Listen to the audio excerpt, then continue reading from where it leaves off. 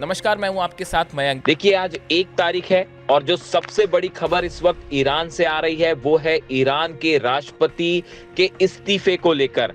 क्या ईरान के राष्ट्रपति मसूद पेजेश्कियान साहब ने इस्तीफा दे दिया है? क्या उन्होंने अपना इस्तीफा मुज्तबा खामेनेई जो सुप्रीम लीडर है उनके ऑफिस को भेज दिया है? ये वो सवाल हैं जो इस समय ईरान में ही नहीं पूरी दुनिया में पूछे जा रहे हैं। देखिए जो खबरें आ रही हैं ईरान से, उसके मुताबिक, सोर्सेज के मुताबिक, मसूद पेजेश्कियान जो ईरान के राष्ट्रपति हैं उन्होंने अपना इस्तीफा भेजा है और इस्तीफे की पेशकश की है। और ये इस्तीफा भेजा है उन्होंने सुप्रीम लीडर मुज्तबा खामेनेई के दफ्तर को। अब देखिए सवाल ये है कि आखिर दो सवाल है। पहला सवाल ये है कि आखिर मसूद पेजेश्कियान क्यों इस्तीफा देना चाहते हैं, और दूसरा, क्या सुप्रीम लीडर मुज्तबा खामेनेई उनके इस्तीफे को स्वीकार करेंगे? देखिए जो खबरें आ रही हैं ईरान से, ईरान की अलग अलग न्यूज एजेंसीज के जरिए, जो ईरान के राष्ट्रपति हैं मसूद पेजेश्कियान, इनका कहना ऐसा है, इनकी तरफ से इस तरह की बात सामने आई है कि ईरान में अब तमाम फैसले जो हैं वो ईरान की सेना ले रही है और जितने अहम फैसले हैं, अहम चर्चाएं हो रही हैं या बातचीत को लेकर जो फैसले हैं, ये सब के सब पूरी तरह से अब ईरान की सेना के हाथ में है, आईआरजीसी के हाथ में है। इस बात को लेकर मसूद पेजेश्कियान साहब जो हैं वो कुछ खुश नहीं है और ना ही इस बात को लेकर सहमत है। इसीलिए बताया जाता है कि उन्होंने इस्तीफे की पेशकश की है। लेकिन बड़ा सवाल ये है कि देखिए अभी इस बात को समझना होगा कि ईरान में इस समय हालात ऐसे हैं कि ये जंग का टाइम है। इस समय ईरान के ऊपर अमेरिका, इजराइल, यूएई समेत तमाम मुल्कों ने हमला किया है, जंग चल रही है। ऐसे में कमान सेना के हाथ में होना बेहद जरूरी है। देखिए ईरान की सेना ने जो करारा जवाब दिया अमेरिका को और इजराइल को, ये एक मिसाल बन चुका है। ऐसे में अगर अमेरिका और इजराइल का करारा जवाब देना है, उनका मुकाबला करना है, इसलिए ईरान की सेना के हाथ में कमान होना बेहद जरूरी है। देखिए आईआरजीसी जो प्रमुख है अहमद वाहिदी साहब, इनके सख्त रुख की वजह से आज अमेरिका घुटनों पे है, इजराइल घुटनों पे है। जो एग्रेसिव नीति ईरान की सेना ने अपनाई है उसकी वजह से आज ईरान ये जंग जीता है। ऐसे में ये बात समझना बेहद अहम है कि ईरान में जब तक सेना के हाथ में कंट्रोल है तब तक डोनाल्ड ट्रंप अपने किसी मंसूबे में कामयाब नहीं हो सकते और ना ही नेतन्याहू कामयाब हो सकते हैं। इसीलिए ईरान के करोड़ों लोगों का समर्थन भी ईरान की सेना के साथ है। जब ईरान की सेना सड़कों पर मिसाइल्स लेके निकलती है, उनकी प्रदर्शनी होती है, ड्रोन्स दिखाई जाते हैं, यहां तक कि अब जो छोटी बोट्स हैं उनको दिखाया गया कल रात तेहरान में, तो लाखों लोग जो हैं वो ईरान की सेना जिंदाबाद के नारे लगाते हैं और अमेरिका और इजराइल मुर्दाबाद के नारे लगाते हैं। आज ईरान की जनता को अगर किसी पर सबसे ज्यादा भरोसा है तो वो है ईरान की सेना पर, अहमद वाहिदी साहब पर। अहमद वाहिदी साहब वो शख्स हैं जिन्होंने अली खामेनेई साहब के साथ मिलकर लंबे समय तक ईरान में किस तरह से एडमिनिस्ट्रेशन चले और खासकर सेना से जुड़े कैसे फैसले हो उनको बेहद करीब से देखा है। इसीलिए अमेरिका भी ये मान के चल रहा है कि जब तक अहमद वाहिदी के हाथ में ईरान की सेना की कमान है तब तक अमेरिका ईरान का कुछ नहीं बिगाड़ सकता। हकीकत यह है कि अहमद वाहिदी साहब इस समय अमेरिका के और इजराइल के यानी सीआईए और मोसाद की टॉप लिस्ट में है और अमेरिका की तरफ से कोशिश हो सकती है उनके असैसिनेशन की। ऐसी स्थिति में बेहद जरूरी है कि पूरा ईरान अपनी सेना के साथ खड़ा रहे। आज देखिए 12 अरब मुल्कों ने के बेसिस से हमले हुए ईरान पर, लेकिन ईरान ने उन्हें करारा जवाब दिया। 16 बेस तबाह है, 42 अमेरिका के जेट गिरे हैं। ये ऐतिहासिक एक जीत है ईरान की और ये सिर्फ ईरान की सेना की वजह से सफल हो पाई है।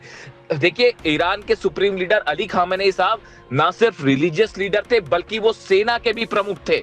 उन्होंने अपनी सेना को इसी तरह से तैयार किया था, इसी दिन के लिए तैयार किया था कि एक दिन ये जरूर आएगा कि अमेरिका और इजराइल ईरान को खत्म करने की कोशिश करेंगे। लेकिन आज अली खामेनी साहब के सिद्धांतों पर चल के, उनके वैल्यूज पर चल के, उनके दिशा दिखाए हुए रास्ते पर चल के जो है आज ईरान की सेना ने अमेरिका को हार दी है, करारी शिकस्त दी है। यही वजह है कि आज ईरान जो है वो पूरे अरब में एक प्रभावशाली देश के रूप में उभरा है। आज तमाम अरब के मुल्क जो हैं वो ईरान की तरफ देख रहे हैं कि कोई भी फैसला ईरान की परमिशन के बिना नहीं हो सकता। हॉर्मुज खोलने की तमाम कोशिश की डोनाल्ड ट्रंप ने, अमेरिका ने, लेकिन उसमें कामयाब नहीं हो पाए। आज हकीकत यह है कि अगर कोई भी जहाज हॉर्मुज से निकल रहा है तो बिना ईरान की परमिशन के नहीं निकल सकता। आप देखिए जो खबरें आ रही है, हॉर्मुज में जो माइंस बिछाई हैं ईरान ने, अब वो माइंस बहती हुई ओमान तक आ चुकी है। और ऐसे हालात में अब हॉर्मुज से कोई भी टैंकर बिना ईरान की सेना के गाइडेंस के बाहर निकालने की कोशिश करेगा तो वो माइंस फटने से तबाह हो सकता है। और ना अमेरिका हॉर्मुज खुलवा सकता है और ना यूरोपीय देश खुलवा सकते हैं। हकीकत यह है कि हॉर्मुज में अमेरिका की, डोनाल्ड ट्रंप के सारे मिशन फेल हो चुके हैं बुरी तरह से।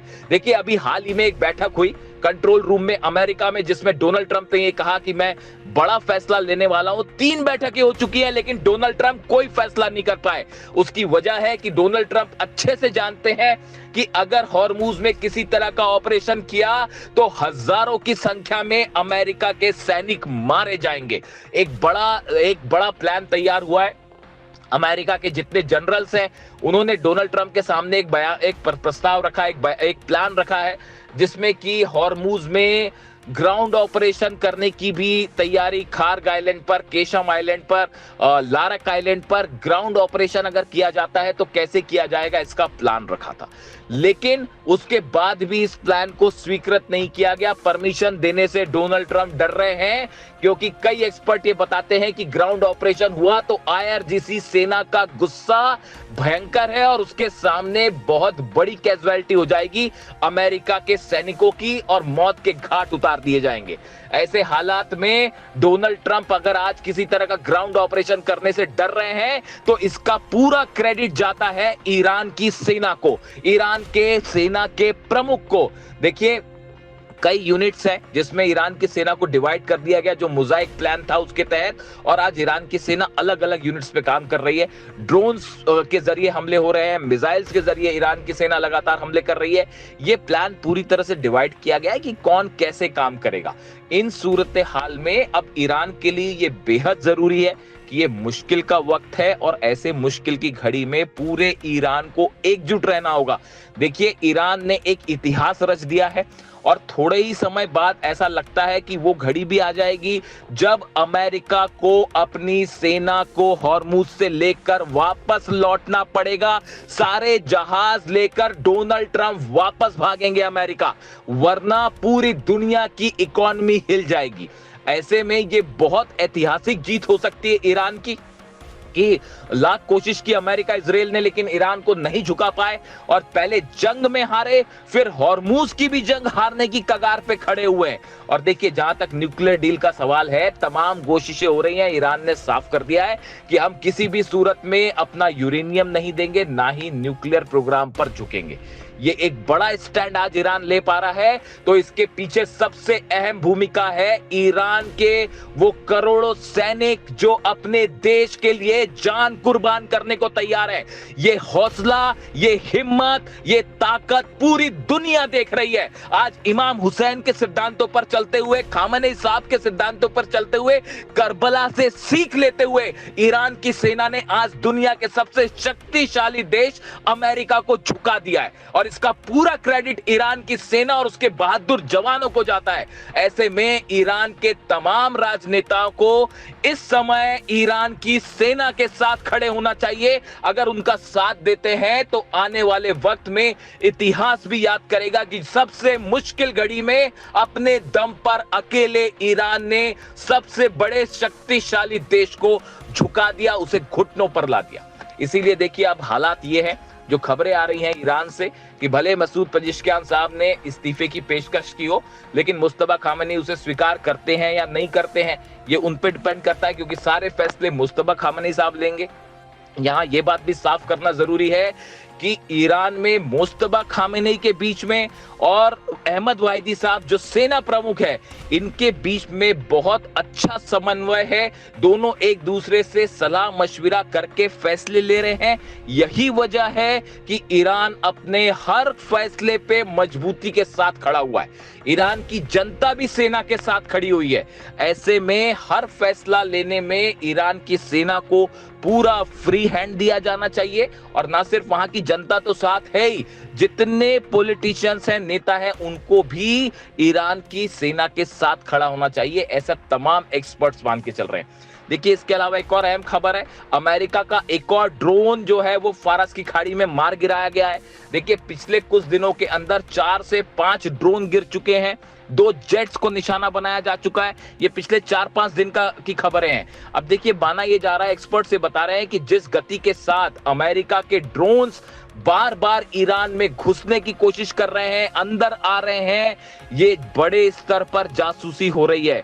ये किसी बड़े ग्राउंड ऑपरेशन का एक प्रिलिमिनरी स्टेज हो सकता है, यानी जासूसी के जरिए करने के बाद, लोकेशंस ठिकाने पता करने के बाद, मिसाइल्स कहां है, डिफेंस सिस्टम कहां है, कहां कितने सैनिक है, कहां मूवमेंट है, ये पूरी जानकारी अमेरिका हासिल करके एक बड़ा ग्राउंड ऑपरेशन भी कर सकता है।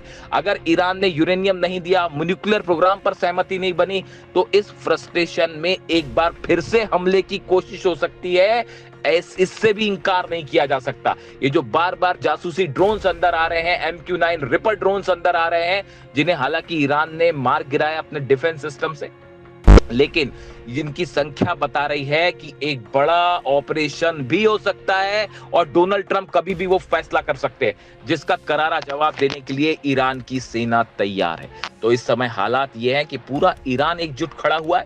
अब नजरें इस बात पर है कि मसूद पेजेश्कियान साहब का जो इस्तीफा की पेशकश की है उन्होंने, ऐसे जो सूत्रों से खबर है, इसका अंजाम क्या होता है। जो भी अपडेट होगा आप तक पहुंचाएंगे।